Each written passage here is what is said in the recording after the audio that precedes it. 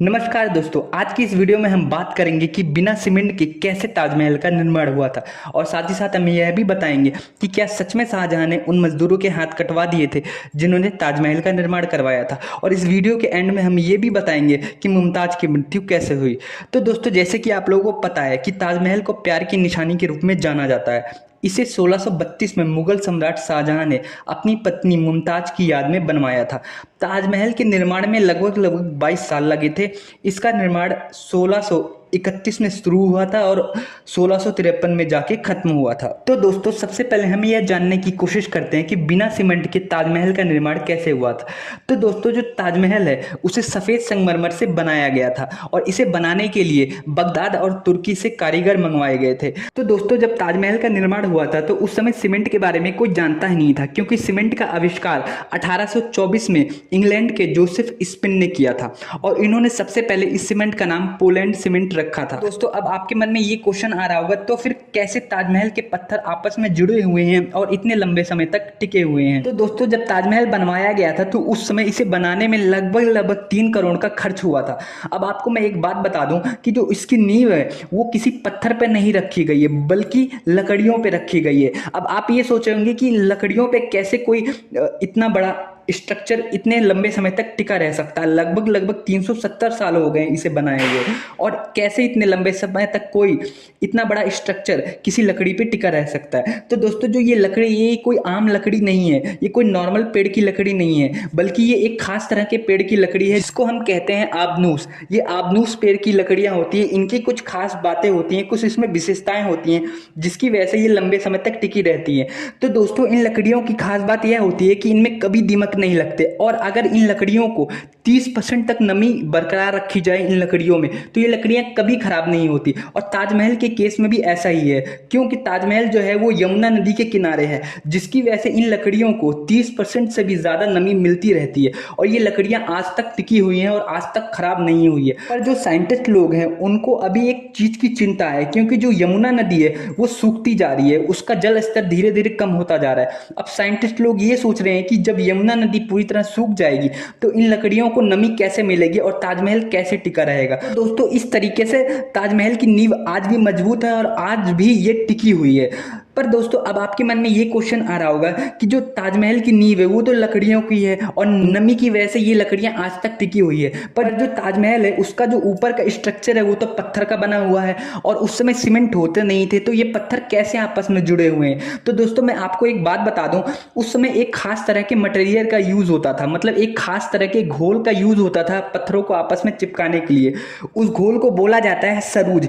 जो ये सरूज है ये खास तरह की चीजों से बनाया जाता था, जैसे इसमें चिकनी मिट्टी मिलाई जाती थी, गुड़ मिलाई जाती थी, दालें मिलाई जाती थी, चीनी मिलाई जाती थी, गोंद मिलाए जाते थे, और भी कई तरह की चीज मिलाई जाती थी जिसकी वजह से ये घोल तैयार होता था, और ये जो संगमरमर के पत्थर होते थे ये आपस में चिपक जाते थे। सोचिए, ये घोल इतना मजबूत होता था कि आज भी ये पत्थर आपस में चिपके हुए हैं। और दोस्तों, जो ताजमहल के आसपास जो 4 मीनारें हैं उनका भी एक साइंटिफिक रीजन है, उनका भी एक अपना एक महत्व है।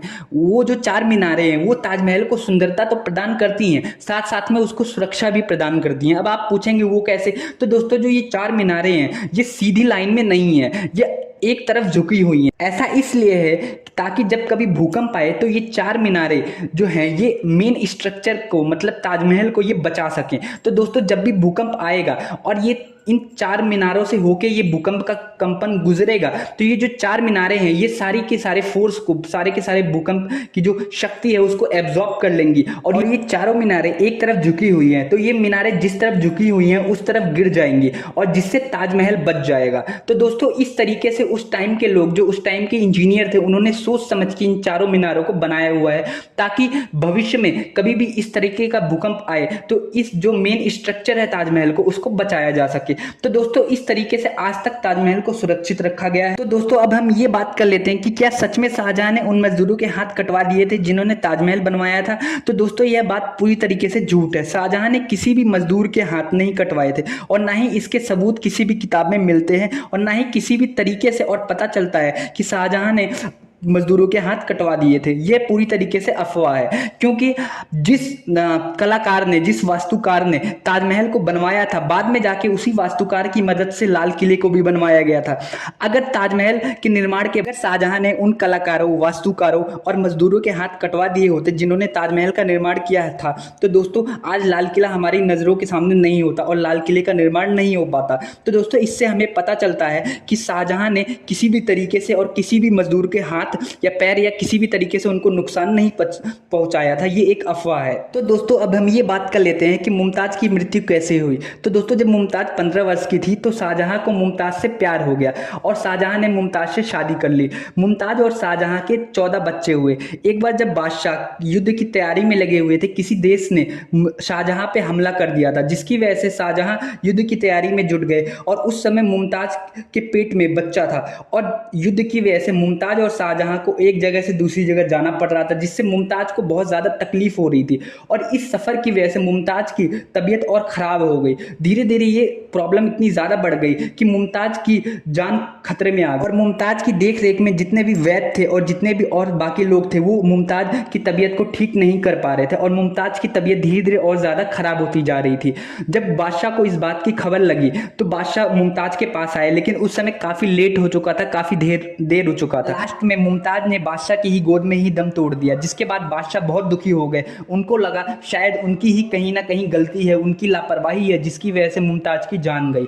बाद में उसकी याद में इन्होंने ताजमहल का निर्माण करवाया, जिसको आज हम प्यार की निशानी के रूप में देखते हैं। तो दोस्तों इस तरीके से ताजमहल का निर्माण हुआ। तो दोस्तों ये वीडियो आपको कैसी लगी और इस वीडियो में क्या कमी थी और मैं क्या इसमें इंप्रूवमेंट कर सकता हूँ, नीचे कमेंट करके बताइए और इस चैनल को सब्सक्राइब करना ना भूलें, ताकि मैं और मोटिवेट हो सकूँ और अच्छी और इन्फॉर्मेटिव वीडियो बनाने के लिए। वीडियो देखने के लिए आपका बहुत बहुत शुक्रिया।